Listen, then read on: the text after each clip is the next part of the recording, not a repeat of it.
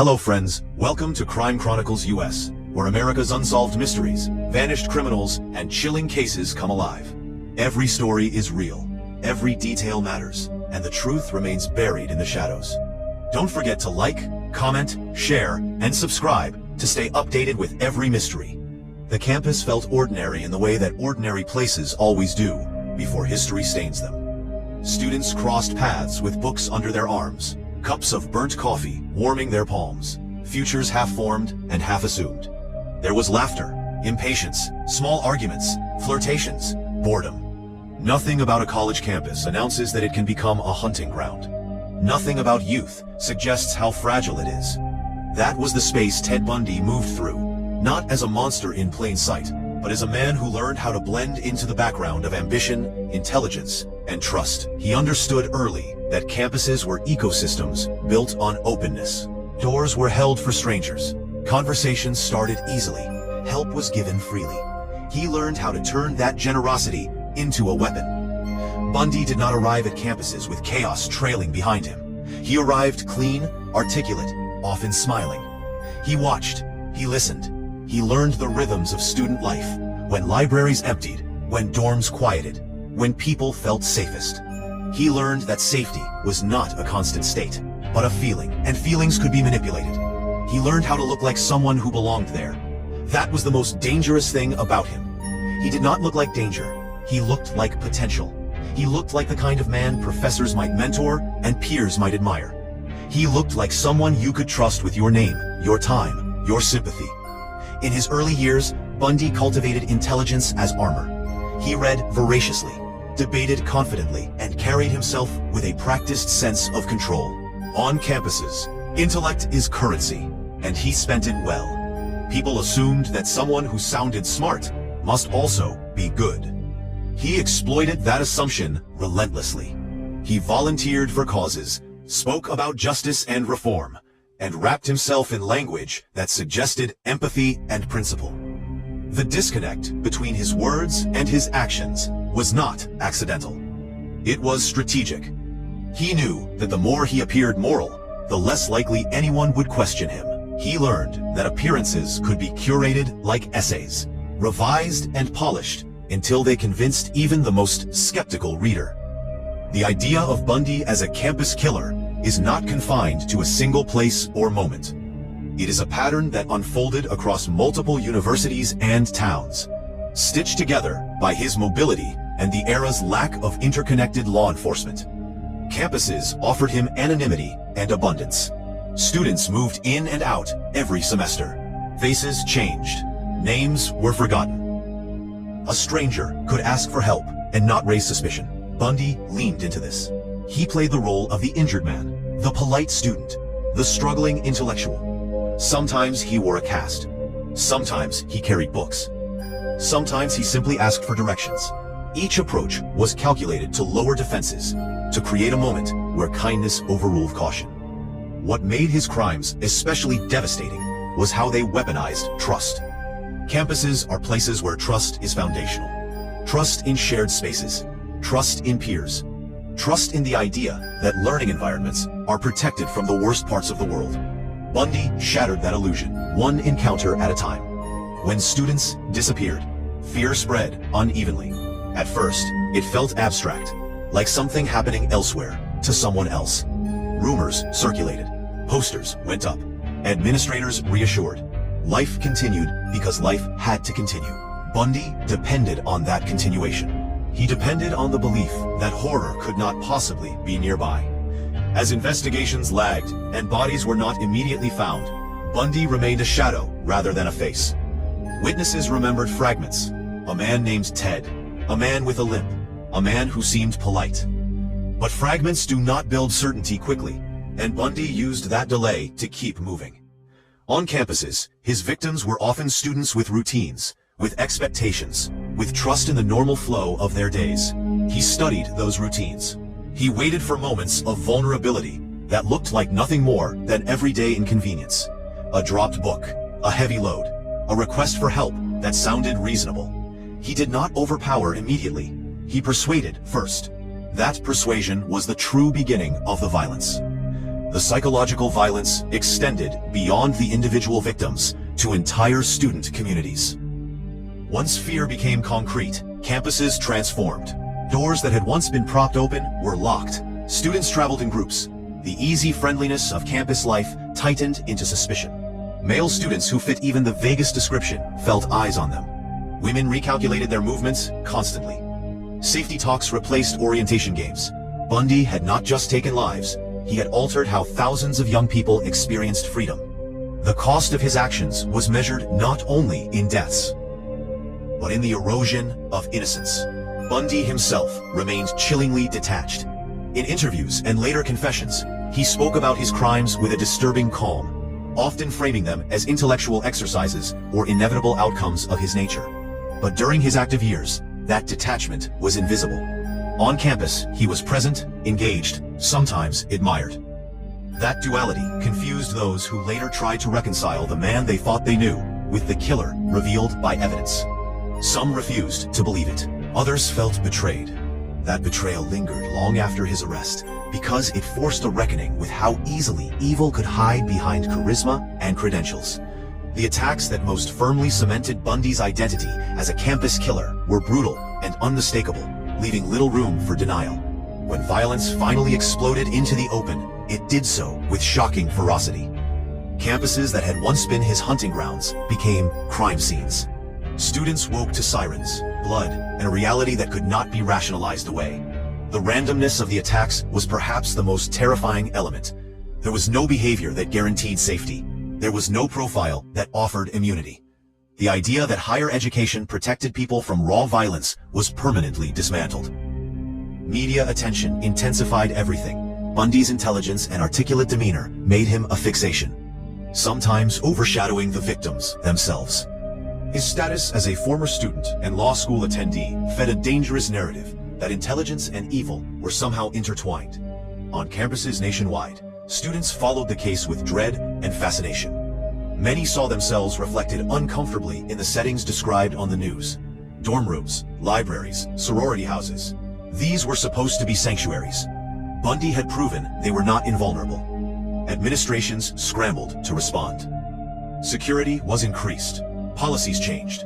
Yet no amount of procedural reform could undo the psychological damage. For many students, the campus was no longer just a place of learning. It was a reminder that danger did not always announce itself.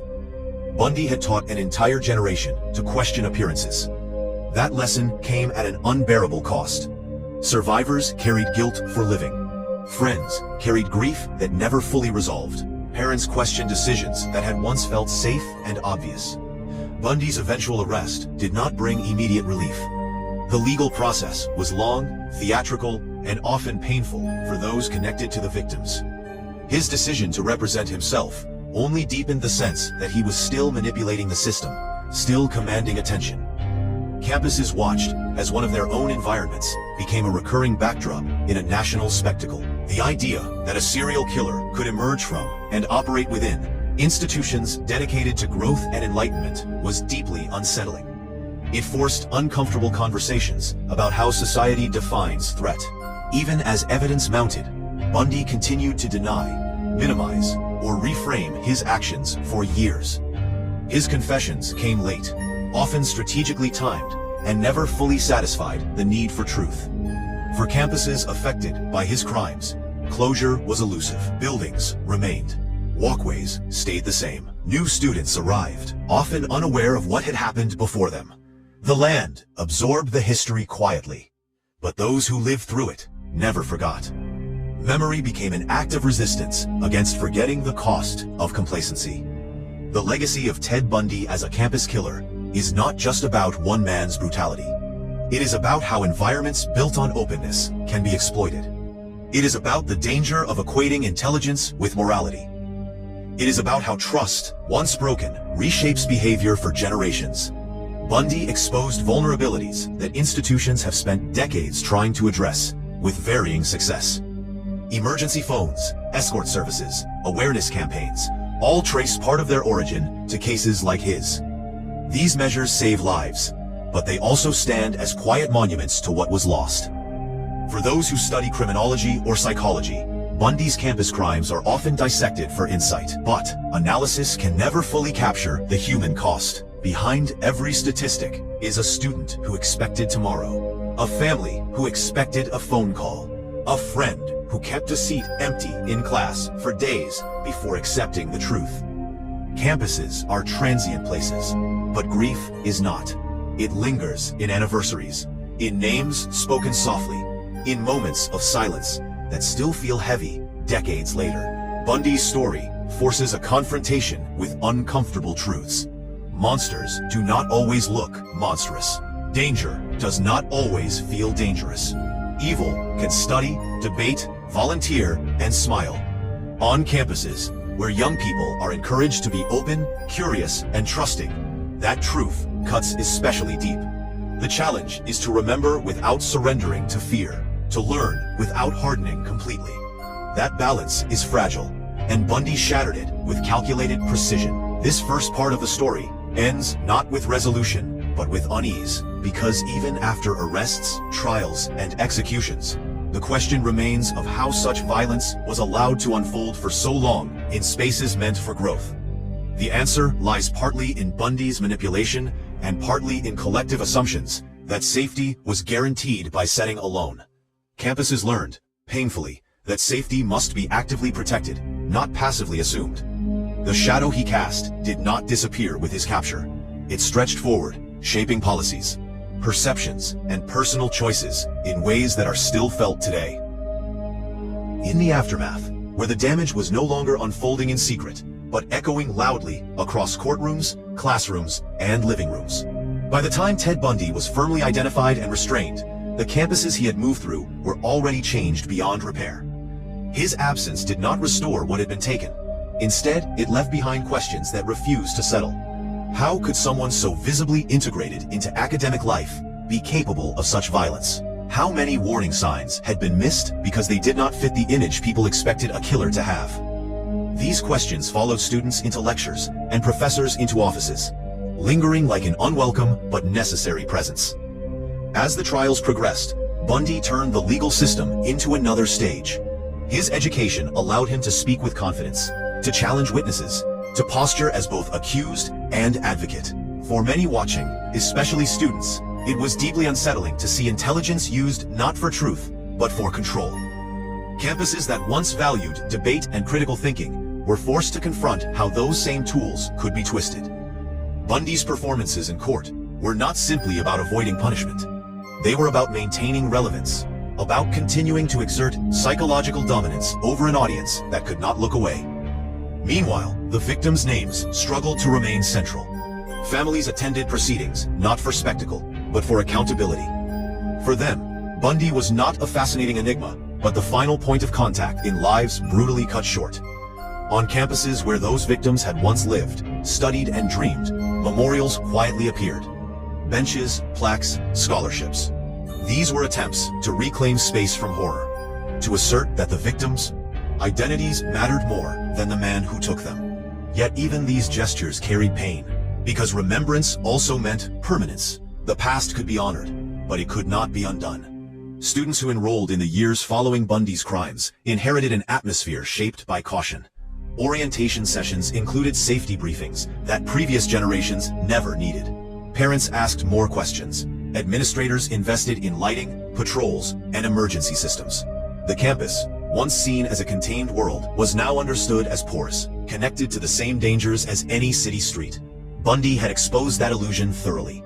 Education could no longer promise immunity from violence, only tools to recognize and respond to it. Bundy's eventual confessions, offered late and often strategically, brought a grim sense of closure to some cases, while reopening wounds in others. Each admission confirmed fears, validated suspicions, and reignited grief for campuses connected to his crimes. These revelations were not academic, they were personal. They forced survivors and communities to relive moments they had spent years trying to survive. Closure, when it came at all, arrived unevenly. Some found solace in answers. Others found only renewed anger at how long it took for truth to surface. As time passed, Bundy's execution marked a formal end, but not a clean one. His death closed the legal chapter, Yet his presence lingered in textbooks, documentaries, and lectures. On campuses, his name became a case study, a cautionary example, a grim footnote in discussions about criminal psychology and ethics. There was discomfort in this transformation. Turning real suffering into material for study risked dulling its impact.